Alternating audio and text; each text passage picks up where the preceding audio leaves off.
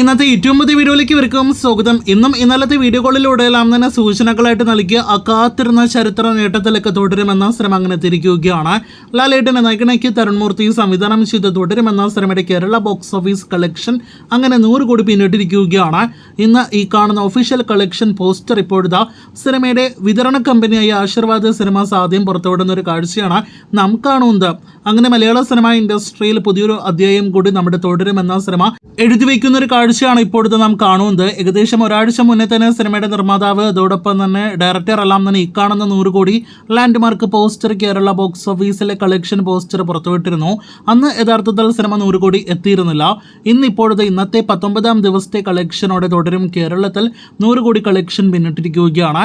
അങ്ങനെ നേരത്തെ ഒരു വീഡിയോയിലൂടെ പ്രേക്ഷകരെ അറിയിച്ചതുപോലെ തന്നെ മലയാള സിനിമ ഇൻഡസ്ട്രിക്ക് ആദ്യമായി ഗ്ലോബൽ ബോക്സ് ഓഫീസിൽ 100 കോടി കളക്ഷൻ കാണിച്ചു തന്ന അതേ ലാലേട്ടൻ തന്നെ ഇപ്പോഴത്തെ കേരള ബോക്സ് ഓഫീസിനും 100 കോടി കളക്ഷൻ കാണിച്ചു തന്നിരിക്കുകയാണ്.